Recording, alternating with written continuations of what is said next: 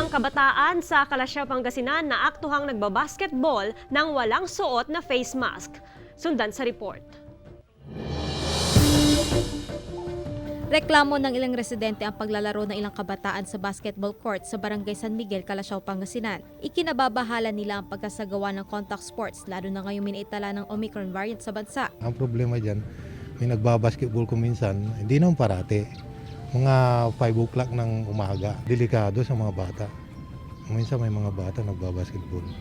We give lang po parang certain time po para laro po sila, tsaka po siguro binabawalan din po silang parang yung magdikit-dikit na po halos. Naaktuhan pa ng aming team ang ilang minor de edad na naglalaro sa labas ng kanilang bahay habang walang suot na face mask. Hindi nire-recommend yung mga laro po na hindi po tayo makakapag-practice ng physical distancing pag ito ay contact sports. Mas malaki po kasi yung risk na tayo ay ma-expose, tayo ay magkaroon ng COVID-19.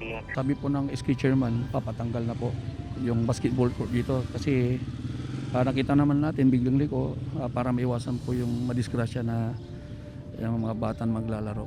Ayon sa Center for Health Development Ilocos, wala pang impormasyon kung may nakasalamuha sa rehiyon ang mga nagpositibo sa Omicron variant na kasalukuyang nasa quarantine facility sa NCR. Pero kailangan na po nating maghanda, no? Kasi meron naman po talagang possibility na makapasok po yan sa ating region. Hinihikayat naman ng Health Authority na magpabakuna kontra COVID-19 at patuloy na sumunod sa health and safety protocols ngayong holiday season. Kasama si Henry Duminsil, Trace De Leon, Balitang Amyanan.